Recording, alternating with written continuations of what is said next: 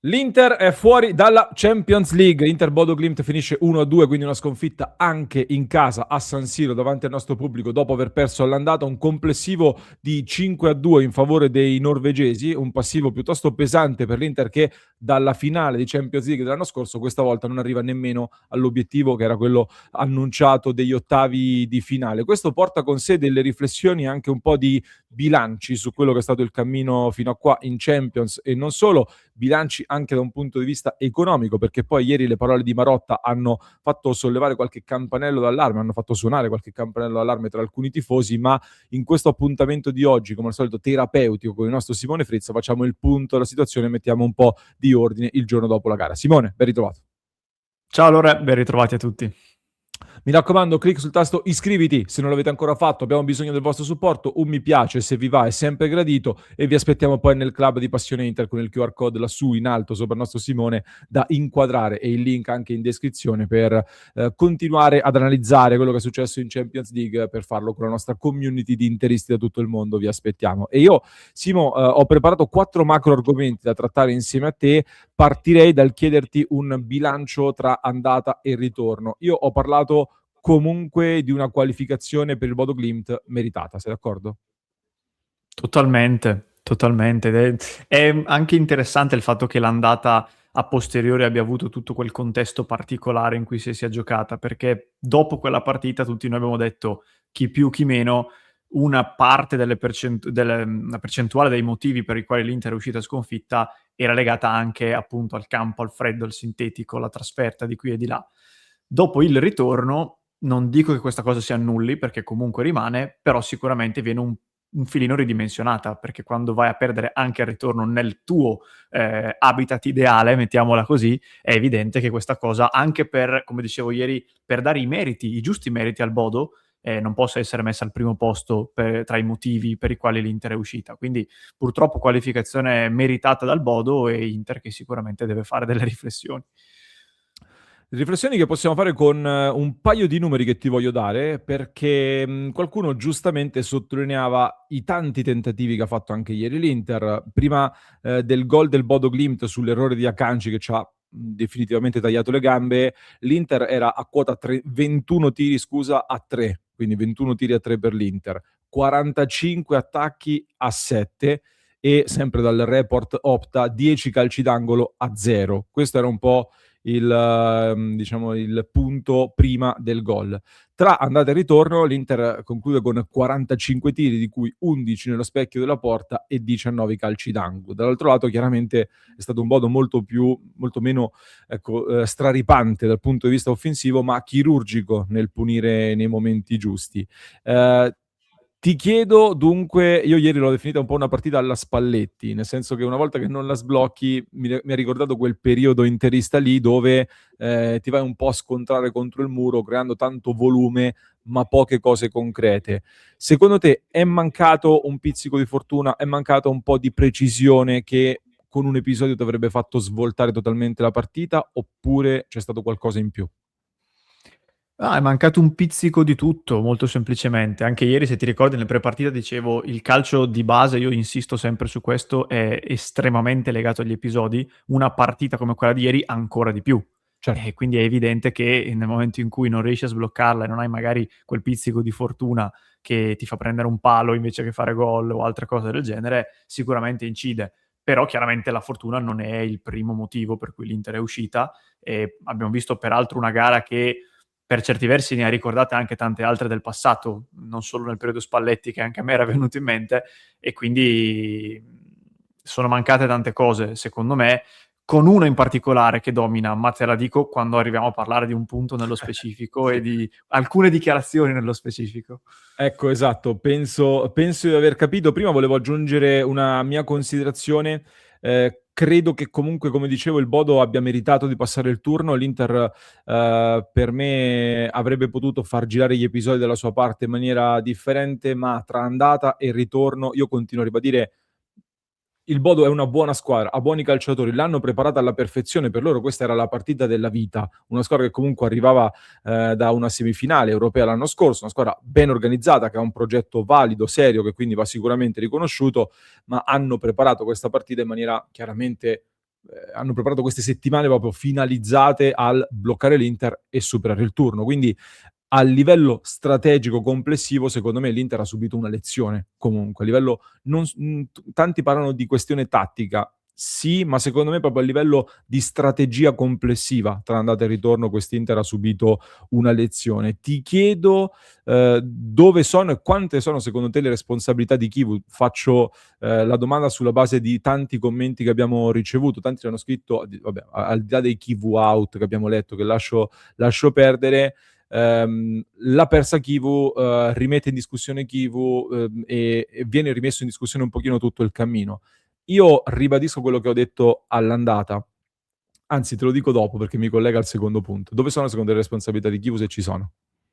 Ci sono, come ci sono quelle dei giocatori, ci sono quelle di praticamente tutti. Io non sono particolarmente d'accordo sul fatto che cambiando determinate cose dal punto di vista tattico l'Inter avrebbe vinto la partita o comunque avrebbe passato il turno, perché chiaramente questi aspetti hanno un peso notevole, però i numeri che tu prima hai elencato ci danno la misura di un Inter che comunque il suo solito gioco a livello quantitativo lo ha fatto ed è una cosa, è una costante da ormai diversi anni a questa parte, che l'Inter vinca o perda nella 95% delle partite ti tira fuori almeno X numero di tiri, X numero di XG e che poi a volte vanno molto bene, a volte vanno molto male, però non è una novità questa. Quindi c'è sicuramente un tema dal punto di vista tattico di una squadra che ci ha ingabbiato molto bene e di una qualificazione che giocandosi sulla doppia sfida è stata inevitabilmente influenzata nella gara di ritorno dalla gara d'andata, che arrivava in un momento particolare, con delle assenze, con della necessità anche di fare delle rotazioni a causa di, diciamo, stanchezza accumulata.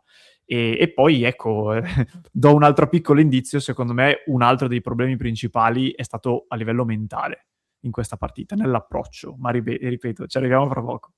Sì, e io invece per andare al secondo punto ti dico quello che avevo lasciato in sospeso, ovvero per me la cosa che non mi ha convinto nella gestione di Kivu di questa doppia sfida è stata quello che avevo detto all'andata sostanzialmente. L'andata ovviamente ha inciso molto su questo doppio match e chiaramente io ci aggiungo anche qualcuno qui, le solite frasi molto populiste, sono calciatori, vengono strapagati, viaggiano in prima classe, non può essere una scusante giocare a Bodo, poi vai a Lecce, poi torni a San Siro per affrontare un'altra partita di Champions League, tra l'altro pochi giorni dopo aver giocato con la Juventus, quindi di fatto hai fatto per intensità 3 partite di Champions League più una di campionato che forse era la priorità e tra poco ci arriviamo, nel giro di 10 giorni, 6 giorni, 3 partite così intense. Per me si è accumulata della stanchezza fisica ma soprattutto mentale nel tenere sempre sul pezzo la squadra è sempre col mordente, ecco, questa squadra, quindi questo tema c'è stato.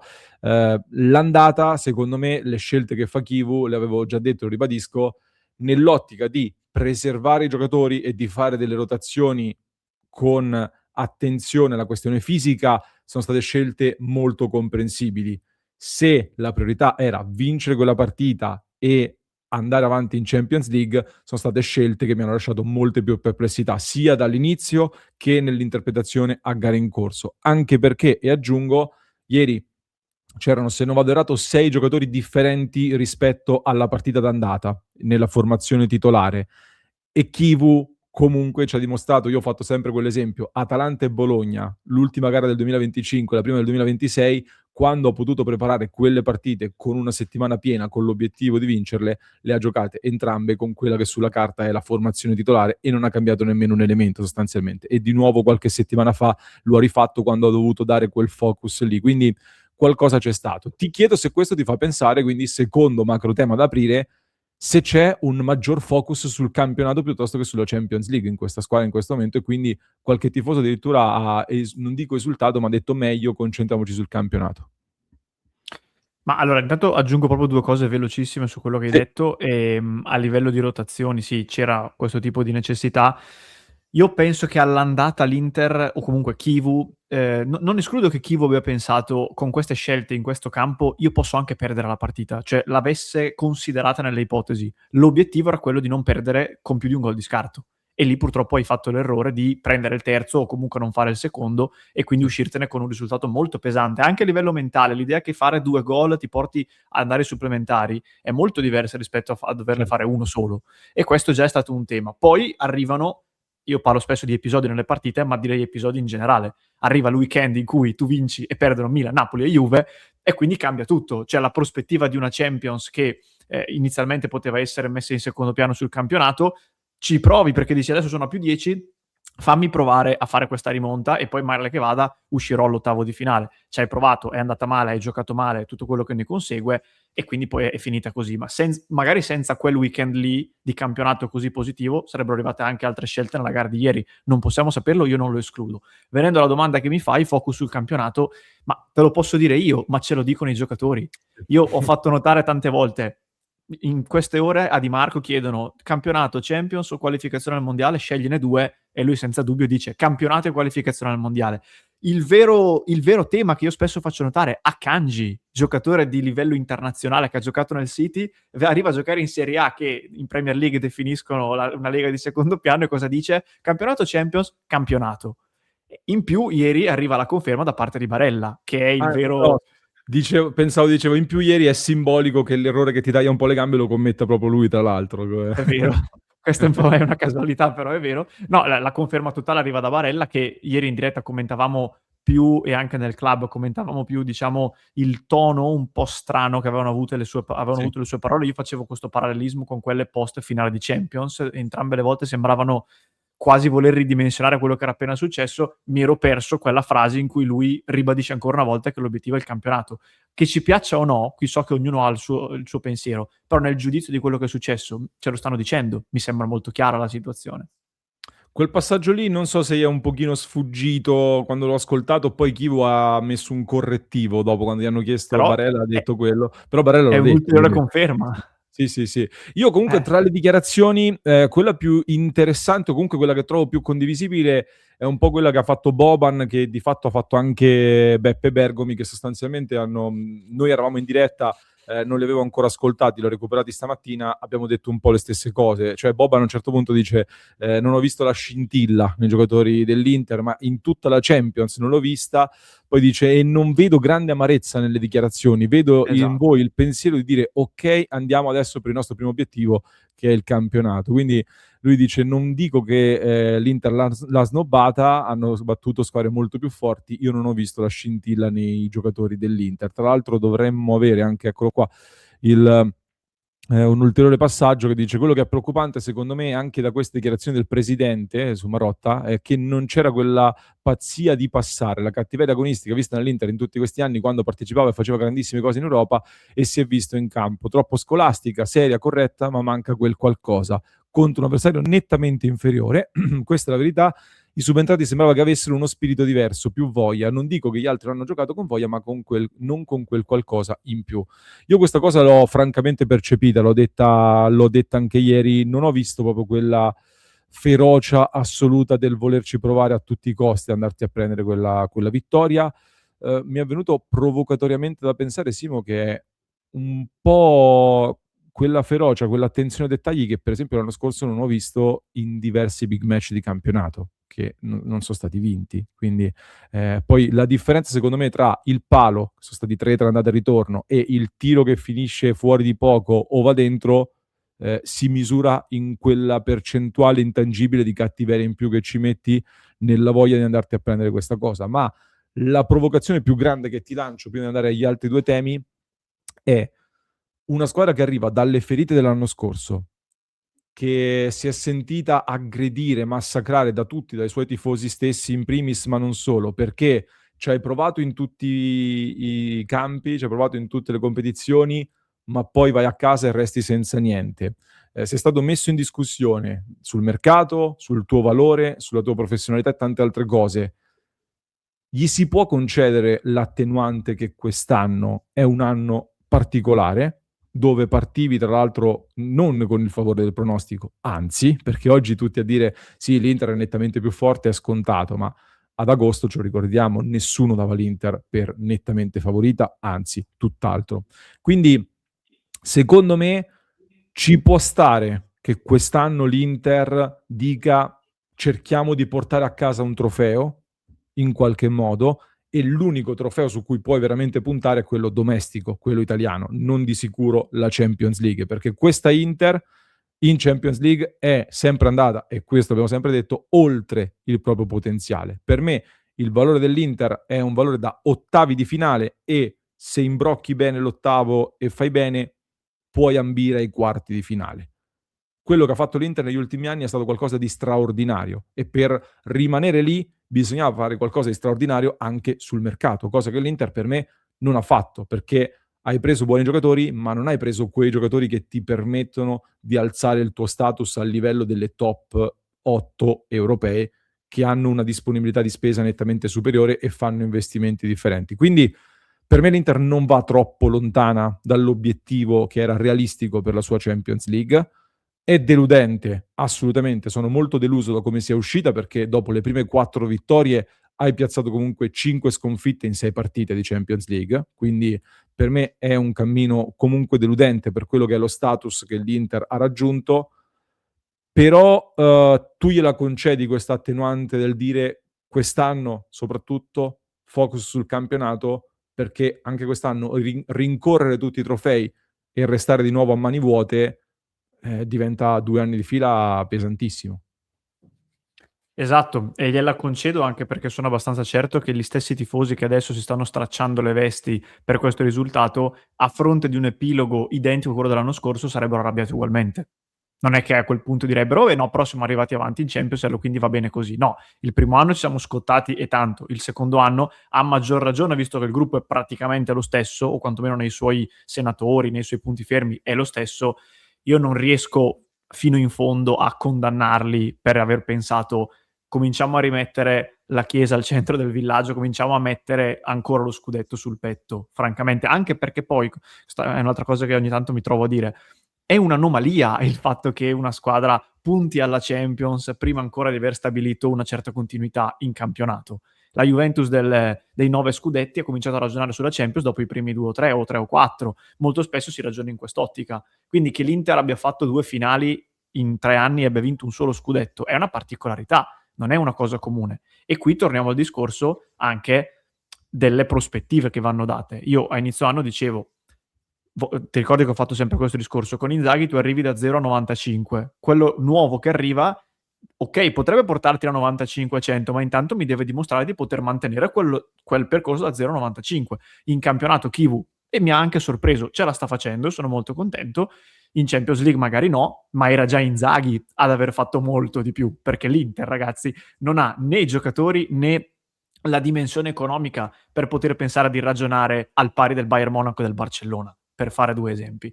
Quindi la dimensione vera dell'Inter, non dico che sia uscire ai playoff col Bodo, ovviamente, ma come hai detto tu, arrivi agli ottavi e magari pure ai quarti, ma non di più. Quindi siamo probabilmente abituati troppo bene dai risultati scorsi, Sì. ma in realtà paradossalmente la butto lì come provocazione, ma fino a un certo punto, come hai detto anche tu, è più vicino arrivare all'obiettivo realistico, uscire agli ottavi col Bodo, che non arrivare in finale, come distanza, no? Siamo più vicini Sì. oggi, quindi è così. Sì. Questa cosa la tengo per dopo, se no diventa un discorso lungo. Ti lascio il terzo mago all'argomento, lo chiedo solamente a te. Che succede a Barella e Thuram? Che è stato il grande tema e lo hai tenuto un po' in sospeso, forse lo volevi dire prima. No, in un mondo in cui tutti hanno tante risposte e la verità in tasca, mi sento di dirti sinceramente non lo so, perché io penso che Barella e Thuram siano 2 grandissimi giocatori e quindi non mi spiego per quale ragione da ormai ben più di un anno entrambi ci stiano mettendo in mostra una versione di loro stessi che non è neanche l'ombra di quella migliore. Può starci che magari abbiano avuto una crescita talmente importante ed esponenziale all'inizio che poi fisiologicamente si sarebbe fermata, però in questo momento stanno dando veramente troppo poco, secondo me. E non so se sia una questione fisica, una questione mentale, si è parlato di tantissime cose, non voglio pensare a questioni anche di mercato, no? Che gente che dice che Thuram vuole andare via, non credo che sia così, non mi sembra il tipo, però mi sembra evidente che oggi, fino a qualche tempo fa, Barella e Thuram erano 2 tra i giocatori che tu indicavi come quelle possibili armi in più, quei diamanti che aveva l'Inter in squadra. Io oggi non riesco a dirtelo. Se mi dici domani c'è un big match, quali sono le punte di diamante nostre e loro, per rendimento faccio fatica a comprenderti Barella e Thuram, perché lo sono nel potenziale, ma ormai da troppo tempo non lo sono nella pratica. Io infatti su questa cosa dico solo una roba veloce, su Thuram ho già parlato, su Barella pure. Ehm, Su Barella però volevo dire che le dichiarazioni a cui facevi riferimento tu mi hanno lasciato un pochino perplesso, mi è sembrato ridimensionare un po' la ferita di ieri, come era successo dopo il PSG la scorsa estate. Ieri è stata una partita in cui l'Inter per me non è riuscita anche a trovare, ha provato molto spesso a giocare larga sulle fasce. Abbiamo fatto vedere ieri, stavamo vedendo anche un po' di heatmap dove l'Inter ha attaccato di più sulla corsia di destra, quindi come tentativo anche di dominio del campo. Forse Luis Enrique poteva fare anche qualcosa in più nell'approfittare di una fascia che era più debole difensivamente. Abbiamo visto delle trame di passaggio che però non hanno mai trovato gli attaccanti per bene nella zona centrale, dove di solito è Lautaro Martinez che fa un grande lavoro negli spazi stretti a ripulire i palloni. E ieri Lautaro Martinez secondo me si è sentito come mancanza da questo punto di vista tattico, non che con lui avremmo vinto e passato il turno, però in quello che abbiamo visto secondo me si è sentita, ma soprattutto dal punto di vista della leadership. Io francamente non è una critica a Barella, non è un voler esaltare Lautaro, è un dato di fatto. Per me Lautaro dopo la partita non mi ridimensiona così un'eliminazione così cocente contro il Bodo Glimt. Si mangia il microfono e dà una testata alla telecamera, cioè ha detto per fare un'iperbole. Però uscire, sì, però il rigore contro il Liverpool, anche noi abbiamo parlato del rigore, anche noi ci siamo lamentati del rigore, ed è vero, ma è successo mesi fa. Ora avevi la possibilità di invertire la rotta e di passare il turno, e Thuram, Barella e anche Akanji sono venuti a mancare 3 leader nella serata in cui erano quelli cui si chiedeva di assumersi responsabilità maggiori, soprattutto in assenza di Lautaro. E visto che tu hai accennato anche al mercato, Simo, anzi mi è venuta in mente un'altra cosa su questo, visto che parlavo anche dal punto di vista tattico, secondo me anche un pochino di qualità in mezzo al campo nel costruire è mancata ieri, e riporto avanti la mia battaglia. Tenere Zielinski così lontano dalla porta è un peccato gigante. Quindi io mi auguro davvero che, visto che Barella non tira più in porta ormai, abbiamo capito che Barella non tira più in porta, non ha più questa opzione nel suo bagaglio tecnico, sfruttiamo Barella davanti alla difesa. E per me chiedere anche a Barella di specializzarsi in una cosa lo aiuterebbe molto, perché ieri lui parte mezzala sinistra, dopo che ha giocato in tanti altri ruoli lo porti già in un altro ruolo e già lì lo cambi, lo porti fuori dal suo terreno. Da mezzala sinistra a un certo punto era andato a supportare Frattesi che si buttava dentro e stava giocando da mezzala destra, quindi c'era anche una situazione particolare. A livello di chilometri, di intensità e di agonismo e anche di generosità, a Barella non si può dire nulla, ma lo rendi secondo me fumoso in un momento in cui non è più incisivo davanti. Tanto vale, lo riporti dietro, gli fai fare il ruolo davanti alla difesa e Zielinski va svincolato da lì. Non può fare sempre quel ruolo davanti alla difesa, perché per me lo stai depotenziando e ci stai togliendo troppa qualità negli ultimi metri. Citavi il mercato, Simo, ha parlato Marotta, che prima della partita aveva messo un po' le mani avanti dicendo: una partita importante ma non rilevante, è un appuntamento che gratifica la storia dell'Inter, vogliamo onorarla nel migliore dei modi. Anche se dovessimo uscire, l'aspetto bilancistico lo andremmo a rimediare in corsa, non è assolutamente un problema. Per dare un contesto con un po' di numeri, l'Inter l'anno scorso chiude il suo bilancio con un record storico di più 35 milioni che non vedevamo praticamente da anni nell'Inter, non avevamo mai visto praticamente nell'Inter. Un più 35 dato da dei ricavi straordinari, una trentina di milioni dal mondiale per club, 136 milioni ottenuti dalla finale di Champions League. 30 milioni quest'anno del mondiale per club non ci saranno, 136 milioni della finale nemmeno, si riduce a circa 71 milioni che l'Inter incassa da questa Champions League. L'obiettivo era gli ottavi, con cui arrivare ad 82 e qualcosa più il botteghino, quindi verosimilmente rispetto alle previsioni all'Inter vengono a mancare una ventina di milioni. Non bisogna fare tanto il calcolo in differenza dall'anno scorso, quindi 60 milioni in meno, per cui servirà questo, servirà quell'altro. A livello di bilancio l'Inter si è già portata un pochino avanti con delle plusvalenze che sono state già fatte, una riduzione comunque dei costi. Non cambia in maniera drastica e sostanziale il mercato dell'Inter, questo. Dimmi tu se volevi aggiungere qualcosa, che poi ho un'altra cosa da dire su questo tema. No, aggiungo solo che per quelle che sono invece le prospettive dei camini domestici, da quel punto di vista, oltre alla parte sportiva che anche a noi tifosi è quella che interessa di più, potrebbe esserci un ulteriore piccolo aiuto, nel senso che se dovessi vincere lo scudetto e magari pure la Coppa Italia, l'anno scorso non hai vinto nessuna delle due, si tratta di spiccioli rispetto alla portata dei ricavi Champions, però qualcosina arriva anche da lì. Poi quando Marotta dice correggeremo in corsa, non vedo, diciamo, altre soluzioni, altre spiegazioni credibili che non siano una cessione entro il 30 giugno, che non vuol dire Thuram a 100 milioni, può voler dire anche un giocatore secondario ad una cifra inferiore, però se mi dici correggiamo in corsa, a me viene da pensare solo questo, non ci sono altri margini, credo. Sì. Per me il correggio in corsa conferma comunque che erano state fatte delle previsioni sull'ottavo di finale e quindi devi rivedere un po' dei tuoi piani. Al tempo stesso, a me, Simo, quante volte te l'ho detto e l'ho detto dall'anno scorso che non era normale che l'Inter chiudesse un bilancio praticamente senza plusvalenze, come è successo Esatto, l'anno scorso. E già esatto. quest'anno delle plusvalenze sono state fatte che non sono state iscritte nello scorso bilancio, ma sono in questi, quindi già parti un po' avvantaggiato.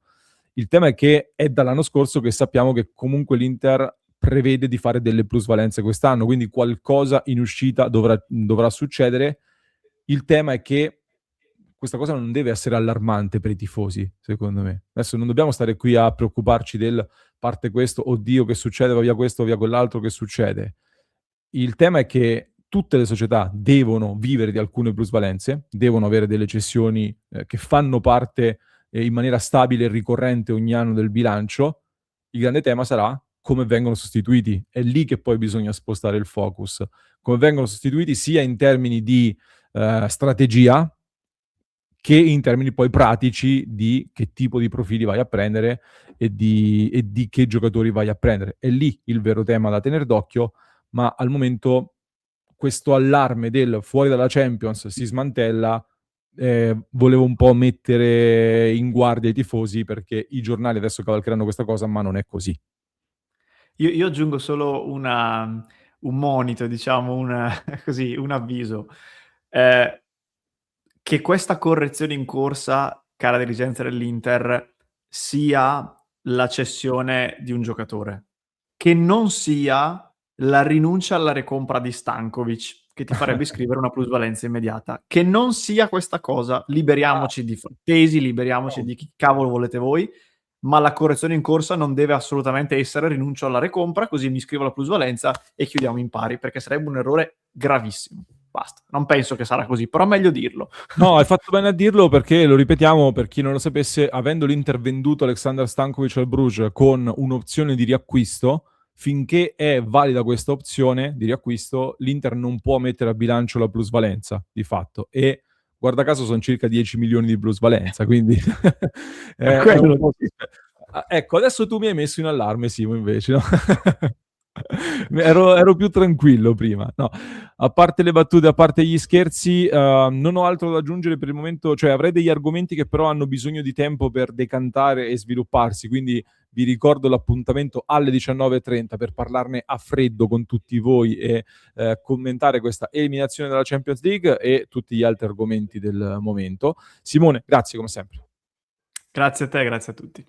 Mi raccomando, iscrizione al canale, vi aspettiamo nel club www.passioninter.club, link anche qui sotto in descrizione per entrare nella nostra community dove in queste ore stiamo discutendo ovviamente con i nostri soci di tutti questi argomenti e ci sono stati un paio di spunti molto molto interessanti nella nostra chiacchierata post partita.